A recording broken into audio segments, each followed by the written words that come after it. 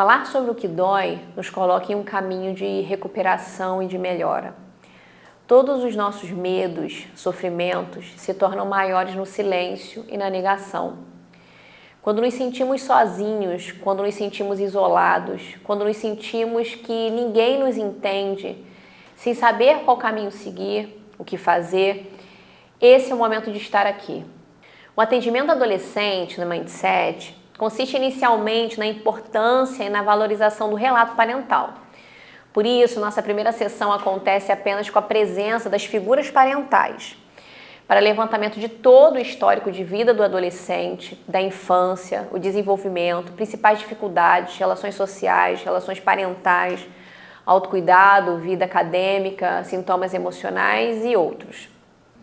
A participação dos pais e frequência de feedbacks dos terapeutas permite transmitir maior segurança a esses pais, conhecimento e clareza do que o seu filho faz na terapia e o entendimento de quais são os objetivos nesse processo.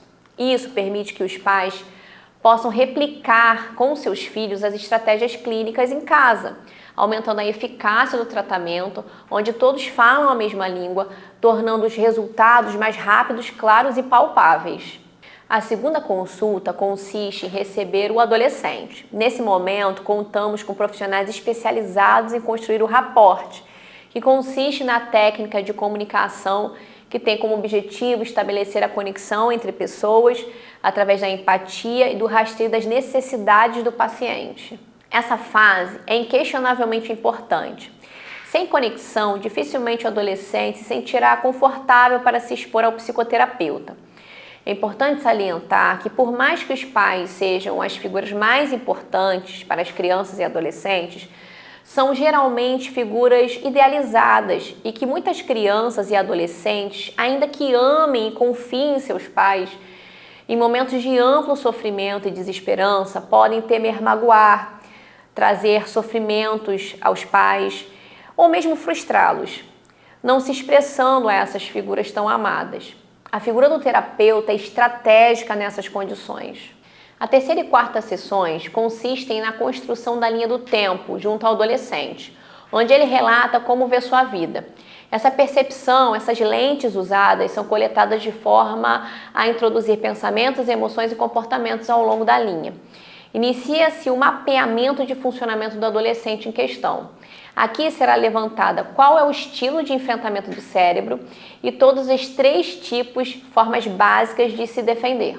Quando nossos filhos adolescentes experimentam situações em suas vidas como bullying, exposição constrangedora, ruptura de amizade, término de relacionamento afetivo amoroso, autocobrança acadêmica, luto, separação dos pais, troca de escola, troca de moradia, impulsividade, irritabilidade, inadequação devido a algumas condições neurodiversas, entre outros cenários, nosso cérebro pode interpretar essas situações como situações ameaçadoras à vida.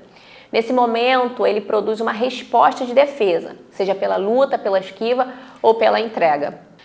Adolescentes que apresentam predominantemente defesas de seus traumas, situações interpretadas como graves, ameaçadoras à vida.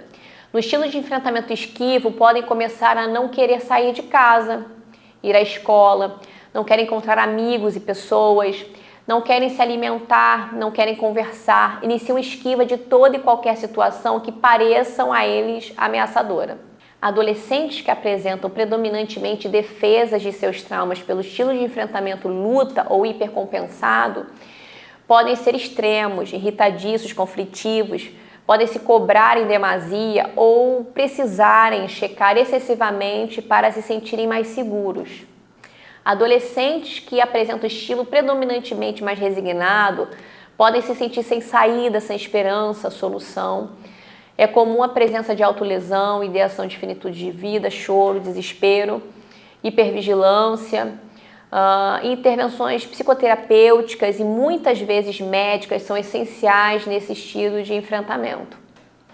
Identificar o estilo de enfrentamento é essencial, uma vez que dita o caminho o qual vamos trilhar. E o que esperar do comportamento do adolescente, o porquê X e Y comportamentos acontecem e ajuda a aumentar o percentual de previsibilidade de comportamentos desadaptativos que conferem risco de vida. além de ser uma dica para entender qual gatilho, ou seja, qual situação foi interpretada pelo cérebro como uma situação de risco e que gerou uma resposta desadaptativa de defesa tão importante e prejudicial. Na quarta sessão, são levantadas as necessidades emocionais básicas: aceitação e conexão, autonomia e competência, limites realistas, espontaneidade e lazer, liberdade, emoção e expressões validadas. A forma que o adolescente percebe sua vida e as situações nos quais passou pode trazer vulnerabilidade nessas áreas. Quando um adolescente passa por uma situação de bullying, separação parental, perda de amizades, término de relacionamento afetivo amoroso, áreas como aceitação e conexão podem ser afetadas, gerando pensamentos automáticos e intrusivos relacionados a medo de perder pessoas, abandono, vergonha de si, defectividade, sensação de ser diferente ou de se sentir lateralizado, inadequação, sensação de desconfiança crônico, ou ainda acreditar que ninguém o entende ou o escuta. Autonomia e desempenho prejudicados. Adolescentes que passaram por experiências como acidentes, adoecimento próximo ou deles mesmos, perda de família e amigos, autocriticismo ou ainda superproteção podem desenvolver inseguranças crônicas, medos de fazer escolhas, padrões fóbicos associados a situações novas, sensação de fracasso e incompetência constantes.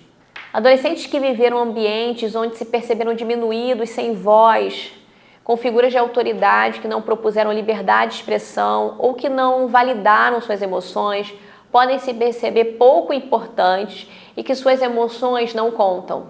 Adolescentes que passaram por experiências onde lhe foram dadas poucas instruções de limites realistas, exercitar o não, a superproteção ou ainda que tenham percebido-se humilhados, ridicularizados, podem desenvolver situações de superioridade, como compensação do passado onde foram diminuídos.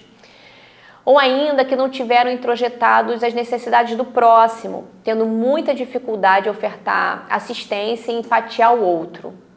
Adolescentes que passaram por experiências acadêmicas de ampla concorrência, disputa ou que receberam educação firme ou mais crítica, podem desenvolver postura autopunitiva, usando discursos depreciativos ou se agredindo quando cometem pequenas falhas típicas do desenvolvimento.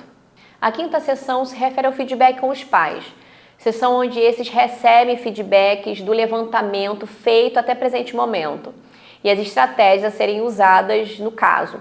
Os pais podem também receber testagens, questionários para levantamento de seus próprios estilos de funcionamento, para que possam construir com uma análise geral um sistema das pessoas que estão convivendo em um mesmo lar e que cada um deve fazer juntos de forma clara e funcional para passarem a auxiliar esses adolescentes.